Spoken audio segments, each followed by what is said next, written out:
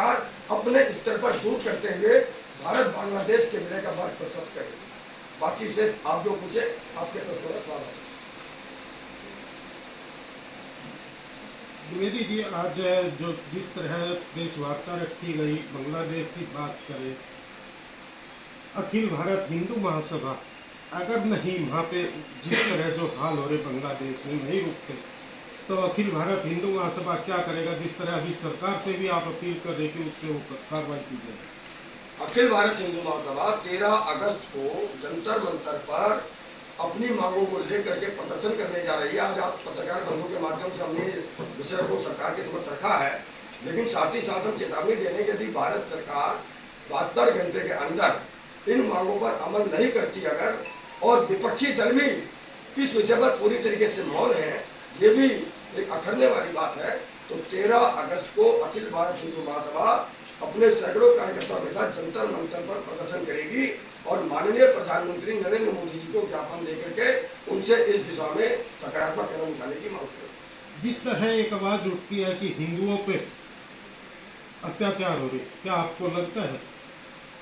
देखो जी, जो जिहाद है, ये जो जिहादी हैं, उनका केवल एक ही उद्देश्य है कि जो इस्लाम में आस्था नहीं रखता उसको बलात् इस्लाम में लेकर के आओ।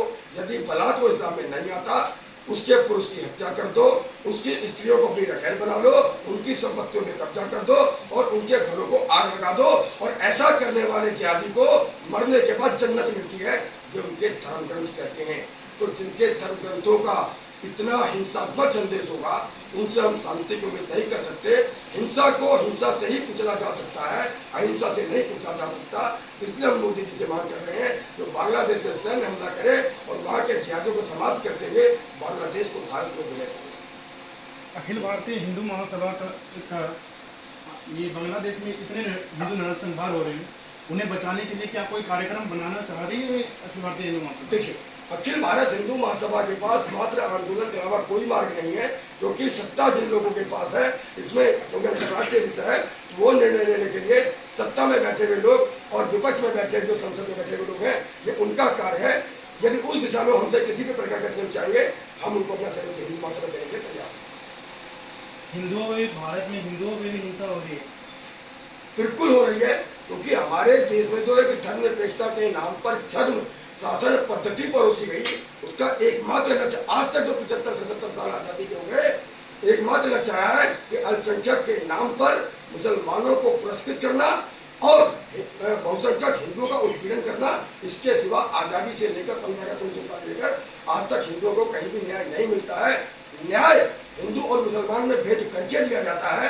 किसी को शरिया कानून चलने के साथ चलने की इजाजत दे दी जाती है, जिस कारण वो भारतीय कानूनों का दुरुपयोग करते हैं, और किसी को भारत के कानून से चलने के बाद भी उनको जो है दंडित किया जाता है। इस व्यवस्था को बदलाव आवश्यक है। भारत में तो बहुसंख्यक हिंदू हैं, तो ये फिर ज़्यादा तो हिंदुओं का प्रभाव होना चाहिए। देखिए, हमें जो आज़ादी के तुरंत बाद से एक हिंदू मुस्लिम भाई भाई का एक नारा, एक स्लोगन दिया गया, और बड़े दुर्भाग्य की बात है, हर हिंदू कहता है हिंदू मुस्लिम भाई भाई, लेकिन मैंने किसी मुसलमान को आज तक हिंदू मुस्लिम भाई भाई कहते नहीं सुना। इसलिए हिंदू महासभा का नारा है, जात पात की करो विदाई, हिंदू हिंदू भाई भाई, क्योंकि गाय के साथ रोटी खाने वाले और गाय को रोटी खिलाने वाले कभी सहोदर या भाई नहीं हो सकते, वो मित्र भी नहीं हो सकते। उनके मध्य वही संबंध होता है जो श्री राम की सेना और रावण की सेना के मध्य था, जो श्री कृष्ण की सेना और दुर्योधन की सेना के मध्य था, कंस की सेना के मध्य था, वही संबंध हो सकता है। और उस संबंध को जो सुधारने के लिए शत्रुओं का वध अनिवार्य है। इसीलिए हम मोदी जी से मांग कर रहे हैं, सैन्य हमला बांग्लादेश पर करे और वहाँ के तमाम जिहादियों को पकड़ करके फांसी पे लटका दे। भारत के जिहादी भी सुधर करके घरों में दुबक जाएंगे। सर, आप जिहादियों की बात कर रहे हैं, लेकिन कांग्रेस नेता का ये बयान सामने आया जिसके अंदर उन्होंने कहा है कि बांग्लादेश में जो हालात अब हैं वो आने वाले टाइम में भारत में भी होगी। इस पर आपका क्या कहना है? देखिए, कांग्रेस ही भारत में वो स्थिति निर्मित करना चाहती है। प्रश्न संसद में गलत नहीं पूछा गया था कि यदि जाति जनगणना, जो कि आप ही करवाना चाहते हैं, अगर वो जाति जनगणना हो तो आप अपनी जाति क्या लिखेंगे, और निश्चित रूप से वो जो भी लिखेंगे वो उलट पुलट करके गलत ही सिद्ध होना है, क्योंकि जब आप इनके पुरखों की वो वंशावली उठाएंगे तो तमाम तरह के अलग अलग विचित्र बातें आएंगी।